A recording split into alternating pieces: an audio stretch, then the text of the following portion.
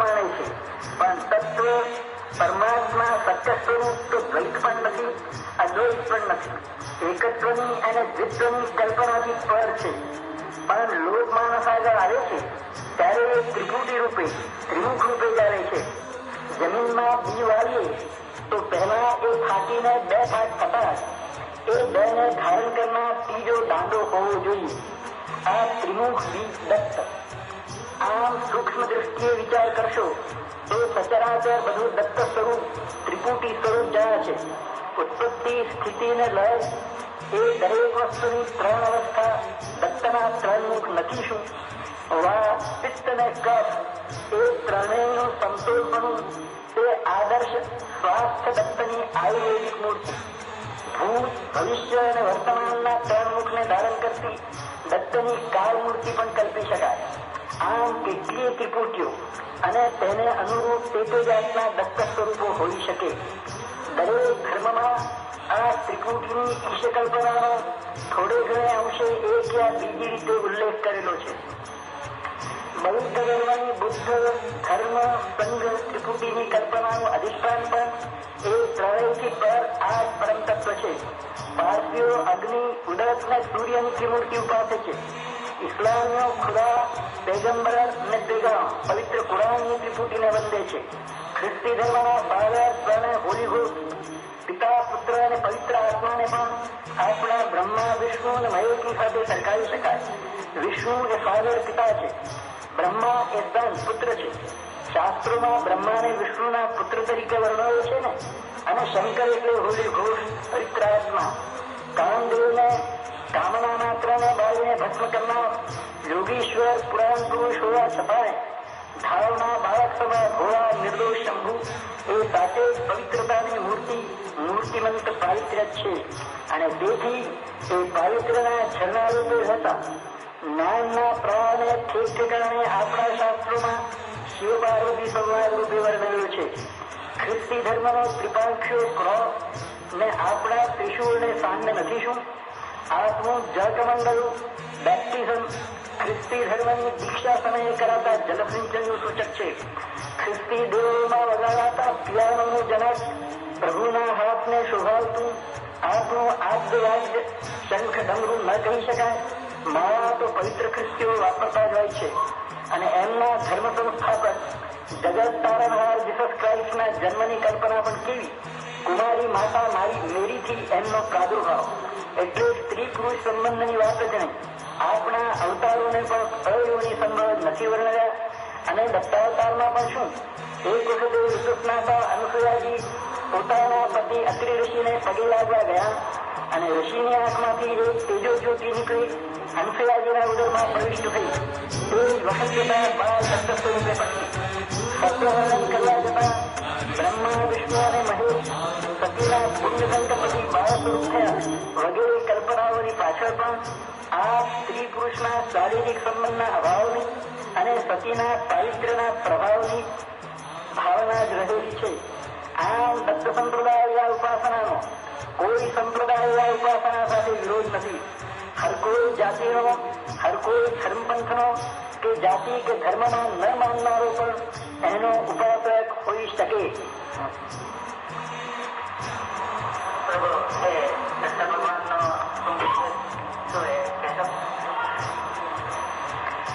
ઠીક થયું મને જગાડ્યું તે. ઊંઘના બરાબર જો હું બોલે જતો તો હું તે કોણ જાણે તમે જગાડ્યો ન હોત તો ક્યાં જઈને અટકત. ટૂંકમાં દત્ત સતત બધો ઉપદેશ આપી દે છે. દત્ત એટલે પરાર્થે સર્વસ્વ આપી દેનારનું પ્રતિક. એના ભક્તને કઈ લેવાનું હોય જ નહીં. જે હોય કે આવી મળે તેનું પરાર્થે દાન કરવાનું.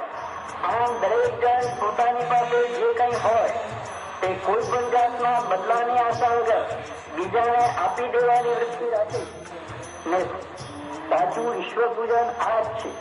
જેન કેન પ્રકારેણ યસ્ત કસ્યાપિદેહિનઃ સંતોષમ જનયે પ્રાજ્ઞ સદૈવેશ્વર પૂજનમ.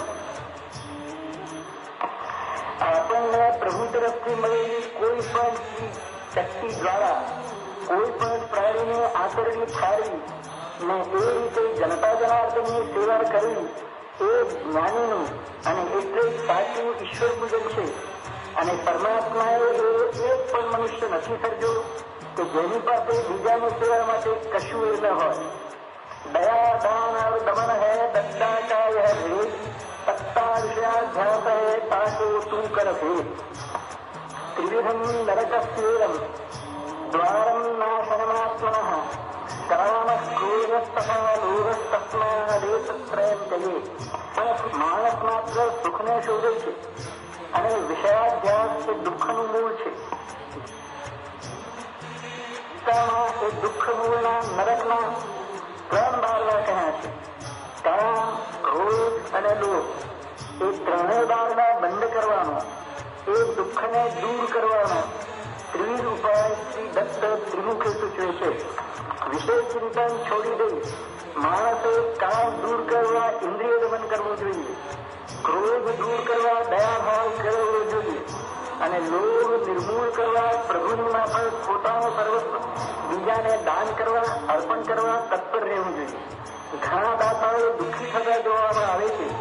તેનું કારણ તેમનો લોભ ઘટતો નથી પણ વધતો જ જતો હોય છે. તે કેવળ લોકેશ્વરા પાછળ ઘસડાય, એક ઘણું દાન અને સહસ્ત્ર ગણું પુણ્ય જેવા રોચક વાક્યોમાં લખાય આગળ ઉપર વધારે મળવાની લાલચે કંઈક આપી છૂટે છે. અને તેથી ગીતામાં સાત્વિક દાન, ઉત્તમ દાનનું વર્ણન કરતા કહે છે કે દાતવ્ય વિધિ દાનમ દીયતે નૃપકારિણે દેશે કાલે ચ પાત્રે ચ તદ્દાનમ સાત્વિકમ વિદુઃ.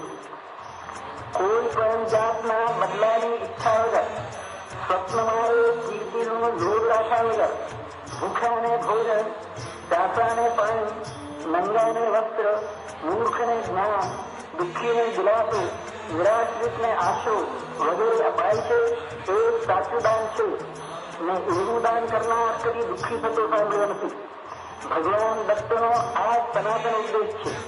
અને વાદળાના ગણગડાટ દ્વારા પ્રભુ એ જ વારંવાર સંભળાવે છે કે જે જનો તમે દાન કરો, ઇન્દ્રિય દમન કરો, દયાભાવ કેળવો, દેવનો કે દેવ પુરુષોનો ઉદ્દેશ હંમેશા સૂચક અને સૂત્રાત્મક હોય છે. તેઓ વાણીનો વ્યર્થ વ્યય નથી કરતા. ઉપનિષદોમાં આ તત્વ એક વાતના રૂપમાં સુંદર શબ્દોમાં વર્ણવેલું છે. દેવ, મનુષ્યો અને અસુરો પોતાના પિતા પ્રજાપતિની પાસે શિષ્ય ભાવે વિદ્યાભ્યાસ કરવા માટે રહ્યા અને બ્રહ્મચર્ય પાળી એમની સેવા કરવા લાગ્યા. આમ બ્રહ્મચર્ય પૂર્વક કેટલો કાળ પિતાની પાસે વસીને પ્રથમ દેવ પ્રજાપતિને કહ્યું, અમને ઉપદેશ કરો.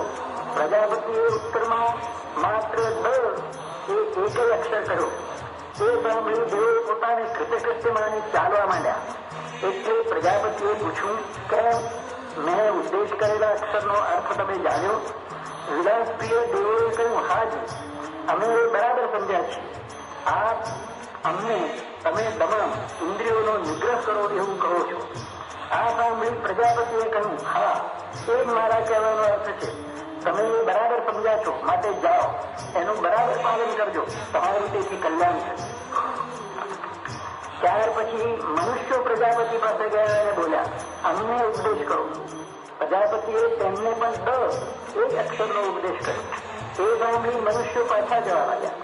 એટલે પોતાનું કહેવું શિષ્યો બરાબર સમજાશો કે નહીં તેમ પરીક્ષા કરવા માટે પ્રજાપતિએ પૂછ્યું, કેમ તમે જાઓ છો પણ મેં ઉપદેશ કરેલા અક્ષરનો અર્થ તમે જાણ્યો?